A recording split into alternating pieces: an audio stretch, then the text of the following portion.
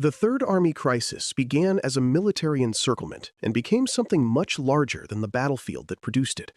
By the last week of October 1973, Israeli armored forces had crossed the Suez Canal at Dever Soir, driven south on the West Bank, and threatened the roads and supply lines that kept Egypt's Third Army alive east of the canal. The men of that army had crossed into Sinai with confidence during Operation Badr, part of the great Egyptian success that shattered the assumptions of 1967. Now, many of those same forces found the canal behind them and Israeli armor behind the canal. The battlefield had turned inside out. What had begun as Egypt's bridge into Sinai was becoming, for the Third Army, a locked door. If you would like to move beyond the podcast, you can see my available books at militaryauthor.me. And at trackpads.com, you will find magazines and galleries with hundreds of thousands of photos and videos to explore. The Third Army was not a defeated mob. That is essential to understand. It still held ground east of the canal, still had tanks, artillery, infantry, and commanders, and still occupied positions that had been won during the opening crossing. But an army can be strong in its fighting positions and still be in mortal danger if its supply system is cut. The men east of the canal needed water, fuel, ammunition, food, medical evacuation, repair parts, and communications with the rear. In desert war, these are not secondary concerns. A tank without fuel becomes a steel shelter. A gun without shells becomes a landmark. A soldier without water becomes a casualty, even if no enemy bullet finds him. The crisis was not that the Third Army had instantly ceased to exist. The crisis was that its existence was becoming unsustainable. Israel's armored drive south had made this possible. Avraham Adan's forces had pushed down the West Bank after the Dever Soir crossing, striking at missile sites, artillery positions, roads, and the rear system behind Egypt's southern bridgehead. The city of Suez had resisted an Israeli assault, proving that armored momentum could be stopped in urban ground, but the larger encirclement pressure remained. Israeli units did not need to occupy every street or destroy every Egyptian formation to place the Third Army in danger. They needed to control or threaten the routes that connected it to Egypt proper. This is one of the quieter powers of armored warfare. A fast-moving force can make a large enemy formation suddenly dependent on negotiations, not because every tank has been destroyed, but because the roads that feed those tanks have been cut. For Egypt, the situation was bitterly complicated. Sadat's limited war had succeeded in its central political purpose.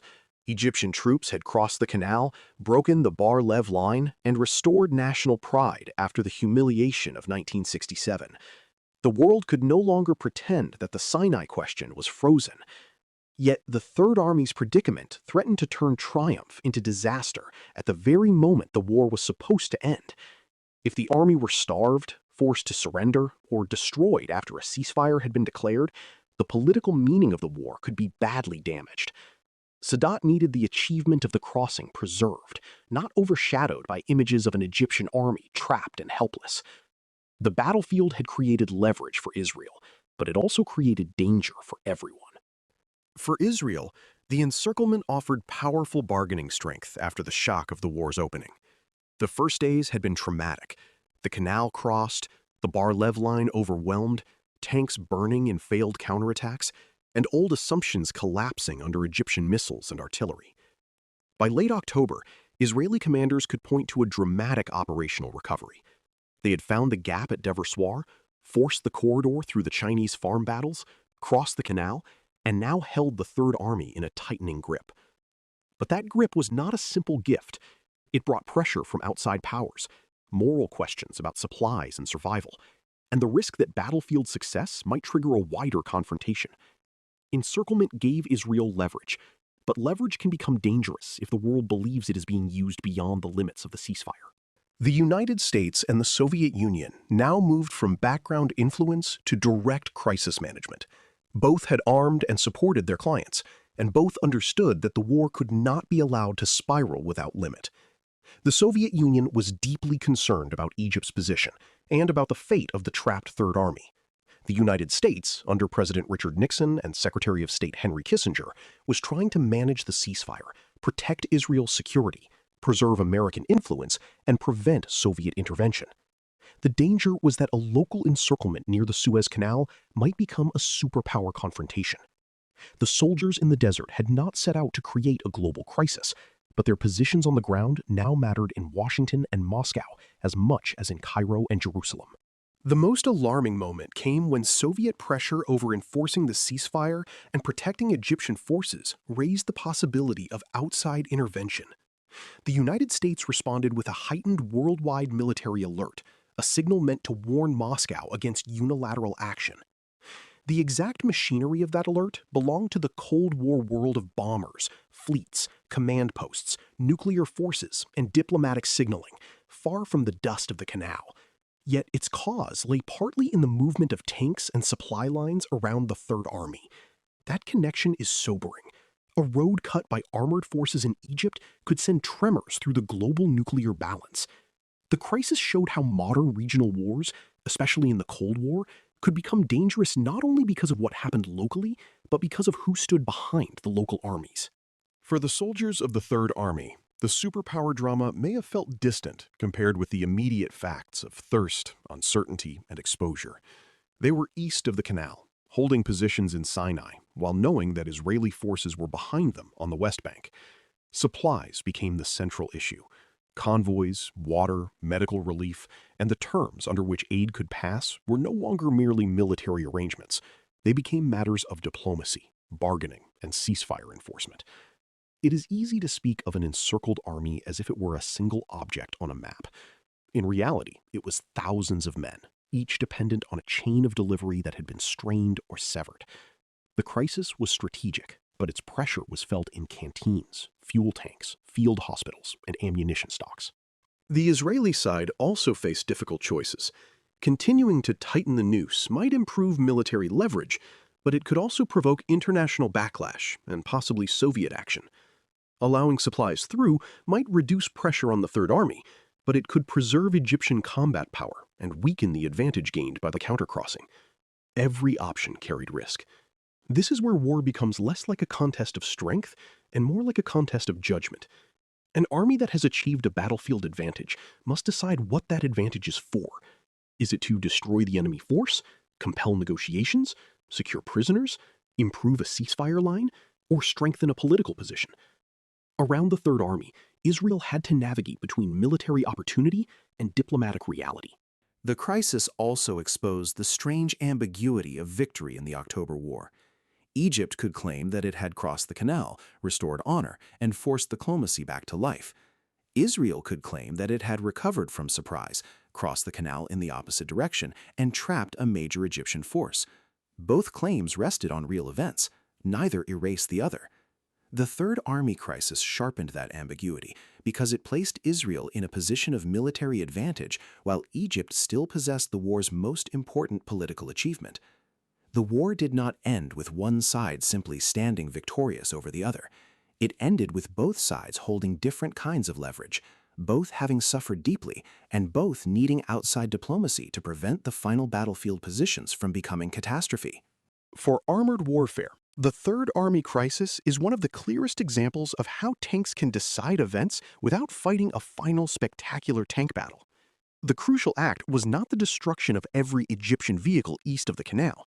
It was the use of mobility to cross a major obstacle, move into the enemy rear, sever routes, and transform a field army's supply problem into a strategic crisis.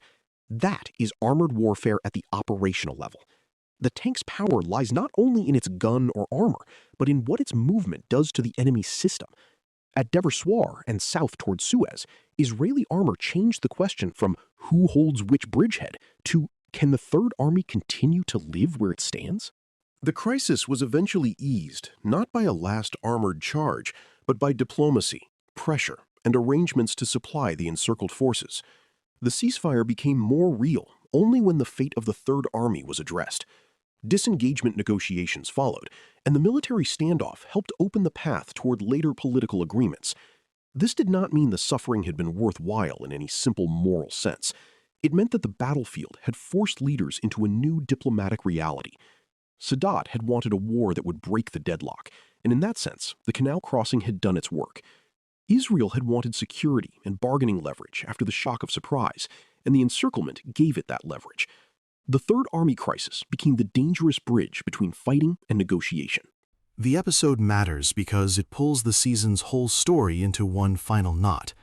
Egypt's opening success, Israel's failed counterattacks, the missile umbrella, the gap at Deversoir, the Chinese farm corridor, the bridges, the West Bank exploitation, and the failed attack on Suez all led here. The trapped Third Army was not an isolated aftermath. It was the result of every earlier decision about doctrine, timing, engineering, armor, logistics, and political purpose. It showed that modern armored warfare does not end when tanks stop firing. It ends when the positions created by tanks become bearable enough for governments to accept. Around the Suez Canal in October 1973, that required not only soldiers and commanders, but diplomats, superpowers, and the recognition that one more push could turn a regional war into something far more dangerous. The Third Army crisis ended the Canal campaign on a note of tension rather than triumph. Egyptian soldiers remained east of the canal because Egypt had crossed and held. Israeli soldiers stood west of the canal because Israel had recovered and countercrossed. Between them lay water, wreckage, pride, grief, and the knowledge that each army had learned something painful about the other. The crisis showed why this war still matters in the history of armored conflict. Tanks could be stopped by missiles, rescued by adaptation, enabled by bridges, frustrated by cities, and made decisive by supply lines. In the end, the fate of an army turned not on a single duel of machines, but on whether a modern, mechanized force could keep eating, drinking, moving, and receiving orders. The Third Army lived because the battlefield had become diplomacy, and diplomacy had become the only way to stop the noose from tightening. You've been listening to Famous Tank Battles. These battles were never just about machines. They were about doctrine, terrain, firepower, logistics, and the hard problem of turning shock into victory. For more military history writing and books, visit militaryauthor.me.